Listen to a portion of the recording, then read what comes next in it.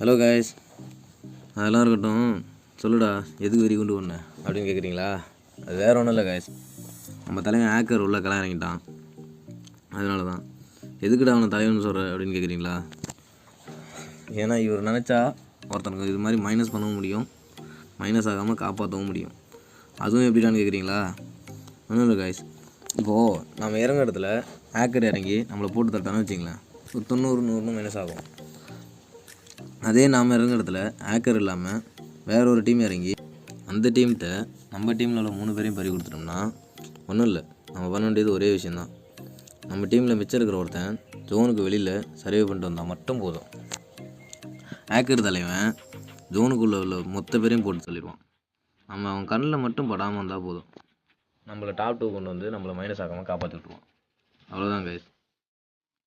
இதனால தான் கைஸ் ஹேக்கரை நம்மளோட தலைவன்னு சொல்கிறேன்.